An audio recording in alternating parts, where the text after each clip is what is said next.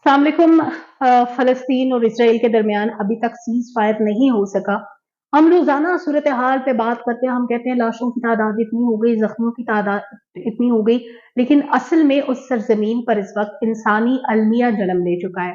इंसानी अलमिया उस सूरत में सर उठाता है जब वहाँ पर ज़िंदगी के आसार ख़त्म हो जाते हैं।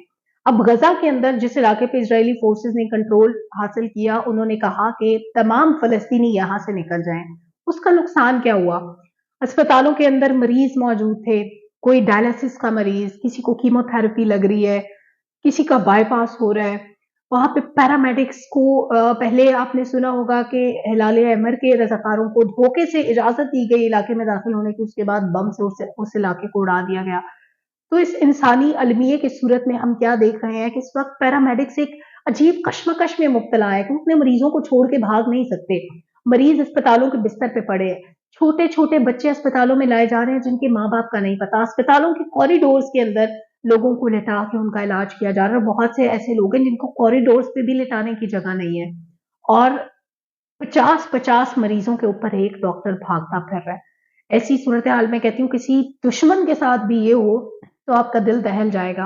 एक छोटी सी बड़ी मासूम सी खूबसूरत सी बच्ची की मैंने तस्वीर देखी, मैंने वीडियो देखी, जो खिलखिला के हंस रही थी। उसे नहीं पता उसकी क्या क़यामत टूट चुकी है। उसके माँ बाप न जाने कहाँ इन धमाकों के दौरान और गोलाबारी के दौरान मारे गए। इसी तरह बहुत से ऐसे बच्चे हैं जो बेयारों मददगार अस्पतालों के बाहर बैठे हैं, हजारों कतार रो रहे हैं। वहां दुकानें बंद है, वहां खाने को उस वक्त कुछ नहीं मिल रहा, बिजली उस शहर की बंद कर दी गई, पानी उस शहर पे बंद कर दिया गया और वहां पर मतलब लोगों की तकलीफ बताने के लिए मेरे पास अल्फाज नहीं है। सो फलस्तीन के मुसलमानों के लिए अगर आप खड़े नहीं हो सकते, अगर आप आवाज नहीं उठा सकते, तो ये आपकी कमजोरी है। आप अगर एक इंडिपेंडेंट मुल्क में रहते हैं, तो आप पे फर्ज है कि आप फलस्तीनियों के लिए आवाज उठाएं, उनकी आवाज बने।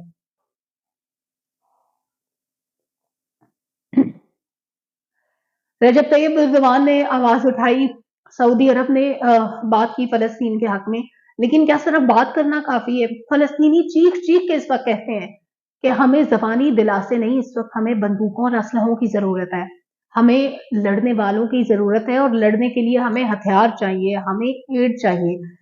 अमेरिका से जहाज के जहाज भर के जा रहे हैं जंगी साजो सामान के। इसराइल भरपूर जंगी जराइम में मुलविस है। इन जंगी जराइम का हिसाब कौन लेगा? अक़वाम मुत्तहिदा में 200 मुल्क बैठ के सबको कंडेम कर रहे होते हैं, इस मुल्क ने जंगी जराइम कर दिए, फलां जगह पे जंगी जराइम का इर्तिकाब हो गया। क्या कंडेमनेशन काफी होती है?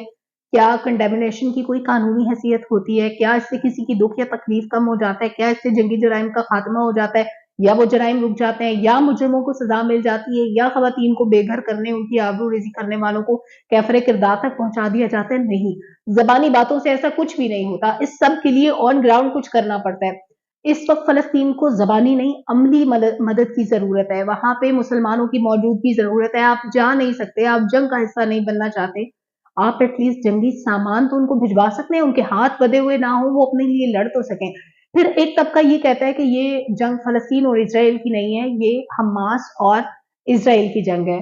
लेकिन मर तो फलस्तीनी रहे हैं, जाने तो फलस्तीनियों की जा रही हैं, मासूम बच्चे वो तो इस जंग का हिस्सा नहीं है, लेकिन वो इस जंग में बराबर मारे जा रहे हैं। छोटे छोटे बच्चों की लाशें उठ रही हैं, वहां पे लाशें बेगोरो कफन पड़ी हुई हैं, इस वक्त उनको कोई दफन करने वाला नहीं है।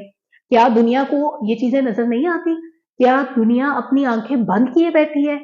अगर अगर अक़वाम मुत्तहिदा को इदराक है, अगर सलामती काउंसिल के इजलास में अब अगर सब ने इत्तफाक राय से कोई डिसीजन नहीं दिया, अगर पहला इजलास में नतीजा रहा, अगर वहां पे बात हुई कि ये गैर इंसानी फेल हो रहा है, किसी ने अमेरिका का साथ नहीं दिया, किसी ने इसराइल का साथ नहीं दिया, तो क्या दुनिया की आंखें खोलने के लिए ये काफी नहीं है? ये तमाम ममालिक जो वहां बैठ के सलामती काउंसिल के अंदर बैठ के इसराइल के साथ इसराइल की मजम्मत कर रहे थे या इसराइल को सपोर्ट नहीं करना चाहते थे या फलस्तीन के हक में बात करना चाहते थे, वो अमली तौर पे मदद क्यों नहीं करते?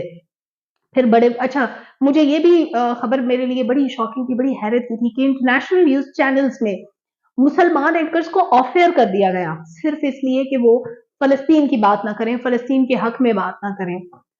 फेयर इनफ, ठीक है, उन्होंने अपनी यहूदी लॉबी के लिए ये किया। फिर उसके बाद रिपोर्टिंग पे पाबंदी लगाई, बात समझ में आती है। सोशल मीडिया से फलस्तीन की खबरें गायब करती गई।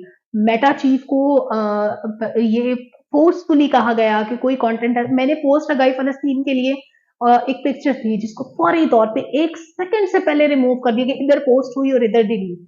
अच्छा, इसी तरह ट्विटर पे आप देखेंगे आपको इसराइल के हक में तो कंटेंट नजर आएगा कि वहां क्या हो रहा है, लेकिन फलस्तीन में क्या हो रहा है ये आपको कोई नहीं बताएगा, ये आपको कहीं पे नजर नहीं आएगा। तो सच को तलाश करना इस वक्त तकरीबन नामुमकिन हो चुका है। इस वक्त फलस्तीन में जिंदगी के आसार खत्म हो चुके हैं, खास तौर पे गजा के अंदर। गजा के अंदर इस वक्त इसराइली फौजियों ने एक तूफान बर्पा कर रखा है, एक क़यामत का मंजर है। वहां पे मरीजों के पास अद्वियात नहीं है, अस्पताल नहीं है, बच्चे बेयारो मददगार बैठे हैं, मासूम बच्चे, खवातीन चीखों पुकार कर रही हैं, लोगों की बड़ी तादाद इन धमाकों में मर चुकी है, लाशें बेगौरो कफन पड़ी हुई हैं, किसी किसी का जनाजा नहीं पढ़ा जा सकता, किसी की लाश उठा के दफनाई नहीं जा सकती। वहां पे इस कदर कर्ब की सूरत हाल है कि मैं शायद अल्फाज में बयान ना कर सकूं, और अगर अल्फाज में बयान करना चाहूं तो मेरे अल्फाज मेरा साथ नहीं देंगे। तो मैं अपील करती हूँ उन तमाम लोगों से जो मुझे देख रहे हैं या सुन रहे हैं कि गजा के लिए आवाज उठाएं, फलस्तीन के लिए आवाज उठाएं, और उन मासूमों के लिए आवाज उठाएं जो इस वक्त भूखे प्यासे खुले आसमानों के नीचे मौजूद हैं। 1 मिलियन लोग, 10 लाख से ज्यादा लोग बेघर हो चुके हैं, जिनके पास इस वक्त घर नहीं है, इंफ्रास्ट्रक्चर तबाह हो चुका है, बच्चों के पास पीने को दूध नहीं है, खाने को खाना नहीं है, बीमारों के पास अद्वियात नहीं है, बहुत से इमरजेंसी ट्रीटमेंट जिनको रिक्वायर्ड है वो पेशेंट्स इस वक्त खुले आसमान के नीचे बैठे मदद के मुंतजर हैं कि कोई आए खुदारा, कोई मदद करे और इंसानी जानों को बचाया जा सके। सो उन ममालिक तक अगर मेरी आवाज़ पहुँचे तो ज़रूर मैं कहूँगी कि वो इस मुश्किल वक़्त में फ़लस्तीनियों का साथ दें, और इज़राइली प्रोडक्ट्स का हम तमाम लोगों को चाहिए कि बॉयकॉट करें। कोई भी प्रोडक्ट जो मेड इन इज़राइल है, जिसकी फंडिंग इज़राइल को जाती है, चाहे वो मैकडॉनल्ड्स हो, चाहे वो कोक हो, पेप्सी हो, या इवन सर्फ का पैकेट भी हो, तो आपको उसका भी बॉयकॉट करना चाहिए कि आप डायरेक्टली या इनडायरेक्टली किसी भी तरह दुश्मन की मदद ना करें, क्योंकि इस वक़्त आपके मुसलमान बहन-भाई एक अलपिए का शिकार है।